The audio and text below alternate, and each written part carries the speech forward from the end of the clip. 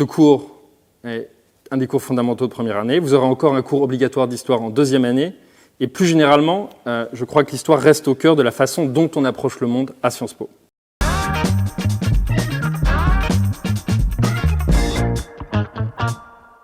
Bonjour, je m'appelle David Todd. J'ai été il y a très longtemps étudiant à Sciences Po. Je m'asseyais sur les mêmes bancs que vous. Ensuite, j'ai passé 20 ans en Angleterre pour finir mes études et pour commencer à enseigner à l'Université de Cambridge et au King's College de Londres.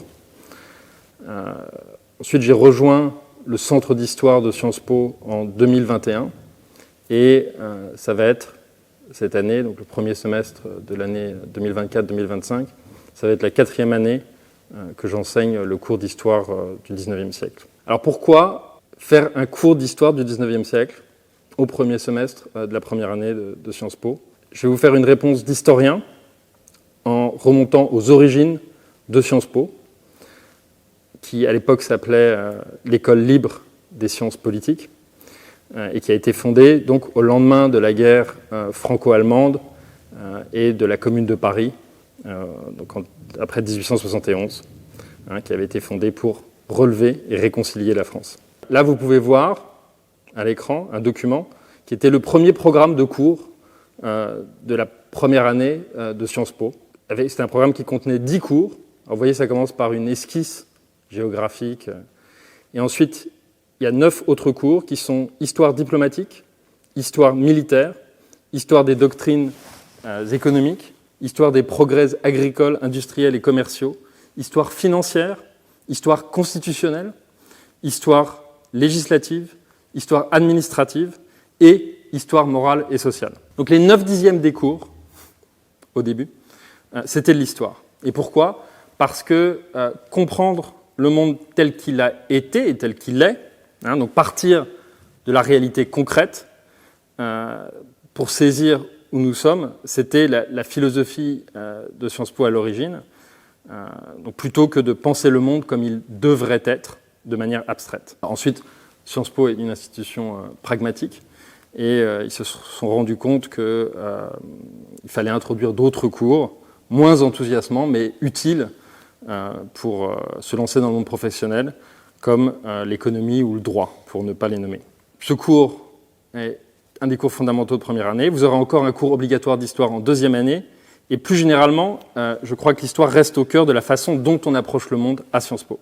Et pour le dire de manière plus simple, en fait, l'histoire, elle est là pour vous donner le recul nécessaire pour apprécier le présent. C'est une approche qui vous aidera dans toutes les matières, quels que soient vos futurs choix d'études, et au-delà, je pense que c'est quelque chose qui simplement vous aidera à penser vite et mieux. Alors ce que l'histoire à Sciences Po n'est pas, souvent un malentendu fréquent, c'est de croire que l'histoire, ça consiste en une accumulation de faits et de dates, que suivre un cours d'histoire, c'est apprendre et recracher plein de connaissances. C'est pas comme ça qu'on conçoit l'histoire ici. C'est plutôt ce sur quoi on insiste, ce sont les problèmes d'interprétation, s'interroger sur le sens des événements historiques, et des problèmes de démonstration, donc comment donner du sens à ces événements. Et en pratique, ça veut dire, je crois que c'est intéressant pour nos étudiants, c'est qu'en faisant de l'histoire, ils apprennent à interpréter, à défendre des interprétations et à donner du sens par eux-mêmes. Et donc, encore une fois, c'est des atouts qui vous serviront au-delà même de l'histoire. Alors pourquoi l'histoire du 19e siècle, qui vous paraît peut-être une époque presque antique maintenant, parce qu'aujourd'hui, les historiens sont à peu près d'accord que c'est au 19e siècle, au sens large, un 19e siècle, un long 19e siècle qui s'étend de la fin du 18e au début du 20e, c'est la période qui a vu la naissance de la modernité. Modernité dans beaucoup de champs, économique, social, culturel. Là, vous voyez ces 2 toiles de Louis David sur le serment des Horaces et le tableau de Picasso des Demoiselles d'Avignon. On voit bien l'évolution de la sensibilité de la fin du XVIIIe jusqu'au début du XXe. C'est vrai dans le domaine culturel, mais ça l'a aussi été dans le champ politique. Donc on passe d'un monde dominé par des monarchies et des aristocraties héréditaires à une conception du pouvoir politique qui repose sur l'élection et la représentation de citoyens par leurs élus. On a des concepts qui nous paraissent aujourd'hui évidents, mais qui émergent dans cette période, comme celui de constitution, celui d'État-nation, ou encore le clivage droite-gauche. Ce qu'on a fait à l'époque, c'est qu'on a créé une nouvelle conception de la communauté politique. En faisant cela, on s'est posé des questions sur des questions qui nous agitent encore. Qui fait partie de cette communauté politique et qui en est exclu? Les femmes, les étrangers, les juifs, ou encore ceux et celles qui pouvaient être décrits comme appartenant à une race différente. Et on pose à cette époque les bases des idéologies qui continuent en fait à déterminer les termes du débat politique. Des conservateurs, ceux qui se méfient des excès de la modernité, des libéraux qui veulent défendre les intérêts des minorités, des socialistes qui se soucient du sort réservé aux perdants de la modernité, des nationalistes qui vont souvent donner dans les excès xénophobes, mais qui vont quand même contribuer à créer ce qui reste le cadre de la vie et de l'action politique, à savoir l'État-nation. Tout ça, donc, vous voyez, c'est l'époque où a été créé le cadre dans lequel nous vivons toujours, même si ce cadre est abîmé et en crise. En fait, ce qui me ferait plaisir, à l'issue de ce cours, quand il sera terminé, c'est que, contrairement à la majorité de la classe politique ou journalistique, vous ne réduisiez pas l'histoire, entre guillemets, à la crise des années 30, la montée du nazisme et la Seconde Guerre mondiale.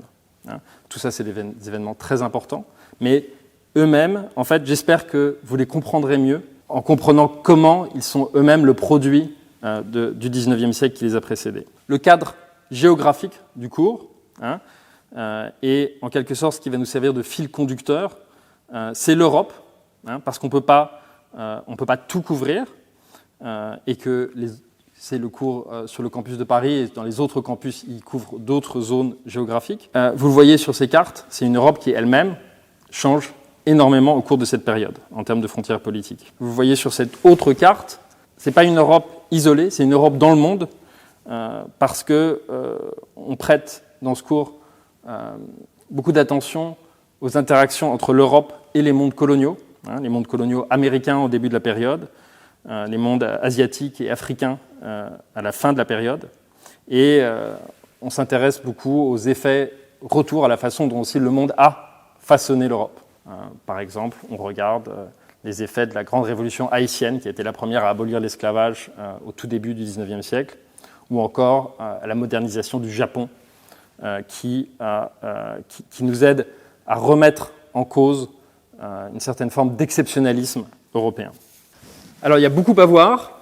Ça, c'est un siècle très riche. Surtout, je vous ai dit, c'est un long 19e siècle. Donc, 12 séances, on fait à peu près... vous voyez, ça fait 10 ans, la séance de 2 heures.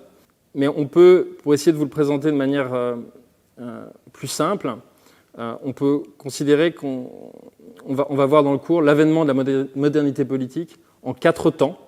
D'abord, vous voyez les 4 premières séances. Il s'agit de comprendre les débuts, les balbutiements de la modernité politique. On commence avec ces révolutions, la révolution atlantique, ce qui a constitué les États-Unis d'Amérique, mais aussi la Révolution française, la Révolution haïtienne dont je vous parlais tout à l'heure. Et ensuite, dans les 3 séances suivantes, restauration, libéralisme et questions sociales, on s'intéresse en fait aux répercussions de cette première série de révolutions, répercussions politiques, mais aussi économiques et sociales. Dans un deuxième temps, on a ce qu'on pourrait appeler un vrai basculement dans une modernité plus accomplie, plus mûre, avec la grande crise européenne de 1848. Qu'est-ce qui s'est passé en 1848 ? C'est des révolutions sur tout le continent européen, du Portugal à la Roumanie, même si les principales ont lieu en France, en Allemagne, en Italie et dans l'Empire d'Autriche.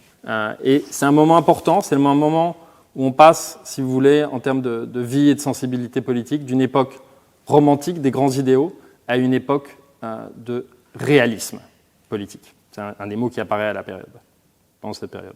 Au-delà des événements de la Révolution de 48 eux-mêmes, on s'intéressera à toutes les grandes reconfigurations intellectuelles et idéologiques qui ont lieu, notamment religieuses, qui ont lieu au milieu du XIXe siècle. Ensuite, troisième temps, en fait, des grands débats de la modernité politique mûre, dont je viens de parler, c'est la question de la forme, du contenu de cette modernité politique, et notamment le rôle de l'État-nation, qui a longtemps été vu comme le contenant indispensable de la modernité politique. Et c'est vrai que le XIXe siècle, c'est un siècle d'affirmation ou de création de nations depuis la Grande-Bretagne et la France ou les États-Unis au début de la période, la création de l'Italie ou de l'Allemagne, ou encore la refondation du Japon que j'évoquais tout à l'heure. Mais au cours des dernières décennies, les historiens ont critiqué cette vision en montrant que, en fait, il y avait une forme étatique plus ancienne, à savoir l'Empire, qui, en fait, non seulement a persisté au cours de la période, mais s'est considérablement renouvelé. On va voir cette tension entre État-nation et Empire à travers 4 séances. D'abord, on va vraiment s'intéresser aux mécanismes de construction de l'État-nation, en prenant comme exemple les cas allemands, italiens et japonais. Puis, ce sera la séance qui sera consacrée vraiment à la France. On montrera que la France, qui est souvent considérée comme l'État-nation par excellence, même la France, tout au long de la période, a aussi été un empire. C'est pour ça qu'on parle d'État-nation impérial. Ensuite, on verra la persistance et même l'affirmation, encore une fois, de 3 grands empires dits multinationaux, à savoir l'empire des Habsbourg, l'empire d'Autriche puis d'Autriche-Hongrie, l'empire russe et l'empire ottoman, c'est-à-dire la Turquie et ses dépendances en Europe, en Asie et en Afrique. Et enfin, dans une 4e séance, on verra l'affirmation de l'impérialisme européen et la folie des grands empires coloniaux à la toute fin du XIXe siècle. Enfin, en guise de conclusion, on a 2 séances sur l'ère des masses et l'illusion de la mondialisation. C'est une conclusion, donc on va montrer que la modernité politique a en un sens triomphé, mais je vous parlerai d'un triomphe de la modernité en trompe-l'œil, en fait, parce que cette modernisation elle rencontre encore beaucoup de contradictions et de faiblesses. Donc d'un côté, c'est vrai qu'on a une généralisation de la participation à cette nouvelle communauté politique qui a été créée, notamment par l'élargissement du droit de suffrage, en général à tous les hommes, et on commence à se poser la question, et parfois on commence à mettre en œuvre le droit de vote des femmes. Ça, c'est dans le monde européen, mais même au-delà du monde européen, on a une nouvelle vague de révolutions, par exemple les révolutions russes de 1905, révolution ottomane en 1908, ou encore la révolution en Chine de 1911, qui voit aussi se répandre dans ces nouveaux territoires les institutions de la modernité politique, y compris donc ces constitutions libérales. Donc on a ce triomphe d'un côté, mais de l'autre, cette modernité triomphante, elle a donc beaucoup de fragilité interne et externe, à la fois sur le plan de nouvelles idéologies mauvaises, hostiles à ce nouveau système de masse, et se méfiant des masses ou de la démocratie. Et aussi, sur le plan externe, on croit que la modernité va apporter la paix, alors qu'en fait, elle est génératrice d'un nouveau type de tension. Donc, l'idée, c'est de montrer qu'au tournant des 19e et 20e siècles, donc comme le cours se termine, les hommes et les femmes de l'époque étaient un peu en proie à une illusion qu'ils étaient à la fin de l'histoire. En fait, il s'agit de comprendre les contradictions qui vont mener aux grandes explosions du début du XXe siècle, y compris les 2 grandes guerres mondiales. Je pense que c'est intéressant parce que cette illusion d'une fin de l'histoire, c'est un peu quelque chose qu'on a connu en fin de XXe, début du XXIe siècle. Donc, j'espère que ce survol du XIXe siècle vous aidera à remettre en perspective aussi les difficultés et les crises du moment présent.